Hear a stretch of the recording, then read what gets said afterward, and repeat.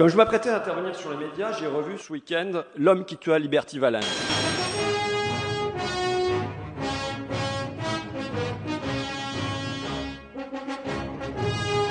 C'est un western de John Ford, mais ce n'est pas seulement un western, c'est aussi un grand film politique. On y assiste en direct à la naissance de la démocratie.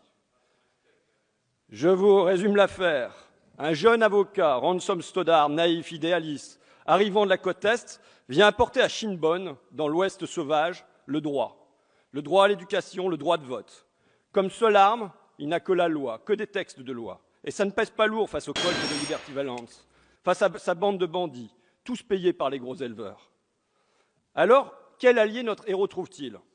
Le journaliste du coin, Dutton Peabody, qui se range à ses côtés. C'est le fondateur, rédacteur et aussi balayeur du Shinbone Star. Lui dénonce à sa une les crimes de Liberty Valance. Il accuse les gros propriétaires des ranchs. Il prend la défense des petits fermiers en péril. À ses risques et périls, justement, tout ça, Dutton Peabody le payera. Il sera battu à mort, son local saccagé par les gros bras des gros éleveurs. Quel rapport avec la France du XXIe siècle? Eh bien, aujourd'hui, dans notre pays, les gros éleveurs ne sont plus dérangés par le Shinbone Star. Ils le détiennent.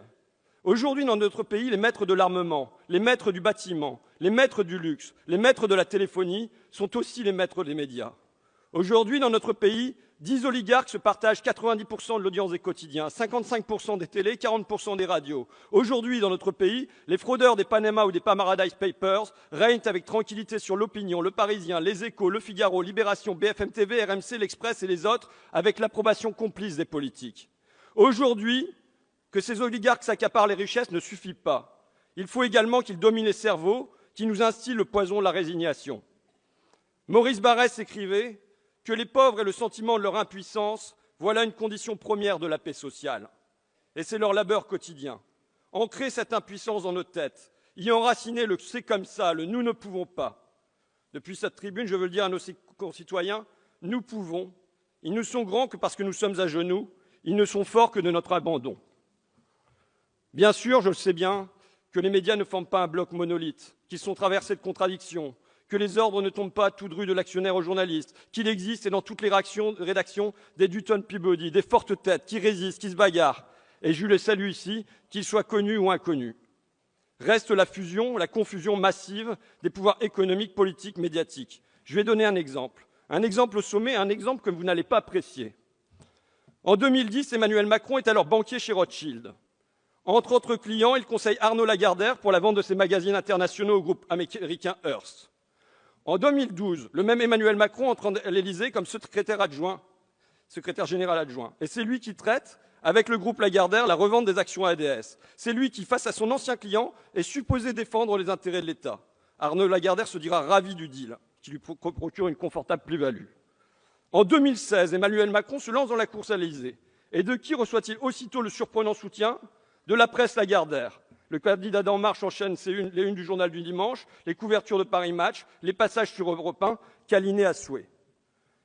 Contre cette corruption quotidienne de notre démocratie, nous devons retirer les médias des mains de ces milliardaires. Nous devons libérer les journalistes. Nous devons libérer les Dutton Peabody qui sommeillent en eux. Industrie agroalimentaire, business contre santé, produits chimiques, nos enfants en danger, dépakine, un silence coupable. Toutes ces affaires, c'est le service public qui les a sorties. Ce n'est pas bien, ce n'est vraiment pas bien. Le Premier ministre Édouard Philippe l'a dogmatisé ici, on ne doit pas dénigrer les grandes entreprises. Radio France et France Télévisions méritent donc d'être punis. Vous allez couper dans les crédits de l'audiovisuel public, c'est logique, ils échappent au marché, ils échappent aux mains des maîtres. Heureusement, il restera toujours des francs-tireurs de la caméra ou du stylo, une poignée de Dutton Peabody, qui demeureront avec les petits fermiers et contre les gros éleveurs, avec les salariés, les paysans, les commerçants, contre les multinationales et leurs complices, fussent-ils au gouvernement.